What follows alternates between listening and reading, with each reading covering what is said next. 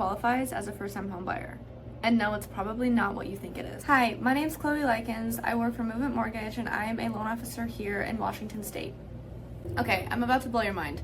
I'm about to tell you what a first-time home buyer is, and most people think that they are not a first-time home buyer when in this case, they actually are. And if this is you, then you might be missing out on thousands of dollars of down payment assistance, better loan programs, and a way easier path to buying a home. So this is what we're going to break down today. Who actually qualifies as a first-time home buyer, the biggest myths that I hear almost every single day, and how you can qualify even if you've already owned a home. Okay, let's start off this video by explaining what people actually think first-time home buyers are. Most people think that it's a never. Most people think that you are a first-time home buyer if you have never purchased a home in your entire life. And in reality, that's just not the case. Sounds pretty logical, right? But in the mortgage world, that's not really how things work. And people tend to disqualify themselves without actually knowing the definition of what a true first-time home buyer means. People will say things to me all the time like, oh yeah, I purchased a house 10 years ago, or my ex and I had a house together, or I sold my house 4 years ago and haven't owned since. And I'm over here like, wait, you actually qualify.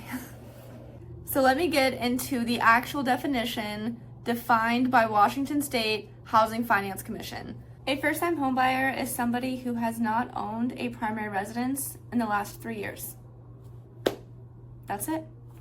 There actually are other ways that you can be considered a first-time homebuyer, and that is a single parent who has only owned a home with a spouse, individual who has only owned a principal residence not permanently affixed to a permanent foundation, or whose property has been determined by a licensed building inspector to be uninhabitable. I want to say that again and preface how cool this program is. The definition of a first-time homebuyer is that if you have not owned any property in the last 3 years, you qualify as a first-time homebuyer and qualify for these loan programs. Yes, even if you've owned before. Yes, even if it was your spouse's house. And yes, even if you owned it with your spouse. 3 years is kind of the magic number for this. Let's make all of this super real because this is where it clicks for people. I'm going to give you some real life situations so that you can understand the definition of a first-time homebuyer and see if you qualify for this as well. You bought a house in 2015, you sold it in 2020, and you have been renting since. Yes, you are considered a first-time homebuyer. You just went through a divorce and your ex kept the house, and your name has not been associated with the property in 3 years. Yes, you are considered a first-time homebuyer. You own an investment property, but not a primary residence. In some cases, depending on the program, yes, you still qualify as a first-time homebuyer. This is why talking to a loan officer is so important because your situation might be a little bit more flexible than you think. Let's discuss some common myths because these come up on the daily. Myth number 1, I've owned before, so I don't qualify. As we all know, the 3-year rule is where we would apply here. Myth number 2, you need perfect credit in order to be qualified as a first-time homebuyer. That's a myth. There are many programs out there willing to work with low credit scores. Myth number 3, you need a ton of money in order to purchase a house. And as we all know, that's not the case. We have down payment assistance programs to give you your down payment.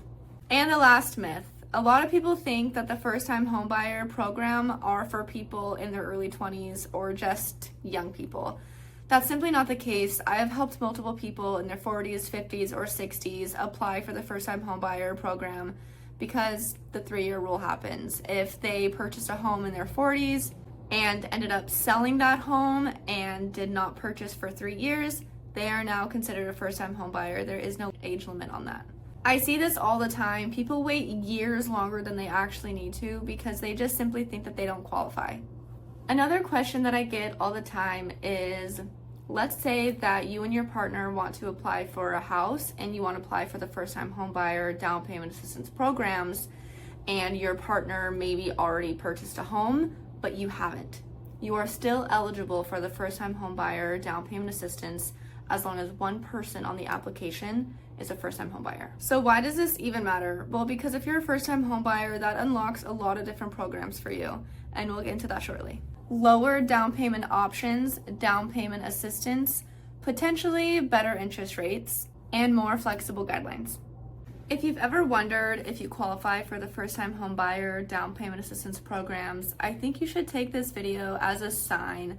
I think that you're already on the right path to homeownership, and if you have any more questions, I think just having that initial conversation is the first step of many.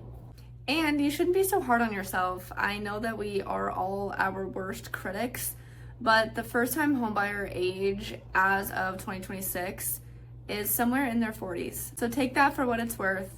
You should never compare yourself, and you are right where you're supposed to be. I hope that you have enjoyed watching this video, and I hope that this gives you some type of insight to what a first-time homebuyer is, and maybe alleviates any stress that you may have surrounding the topic. Thanks again.